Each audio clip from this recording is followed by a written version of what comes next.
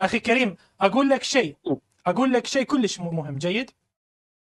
اقول قرأت الآية التي تقول قوله عز وجل تتأثرين شوية تبكين يجون الشرطة ياخذونه. شو الآية؟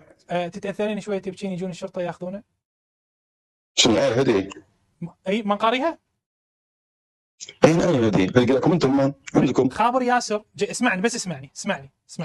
خابر ياسر صديقك اللي انت تحبه وانت ناصبي طبعا سني بس بعد سبحان الله.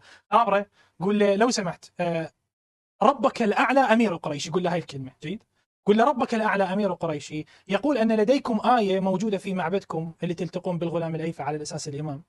الآية تقول تتأثرين شوية تبكين ورطيه يجون الشرطة ياخذونه. هذه في أي آية وفي أي حزب وفي أي سورة وفي أي رقم هم راح ينطوك يعني. لا ما فيش آية هيك. لا انت تسألهم قول لهم ربكم الأعلى من تاج راسكم وراس عشيرتكم وآبائكم، بس قول لهم هم يعرفوني، يعرفون هم.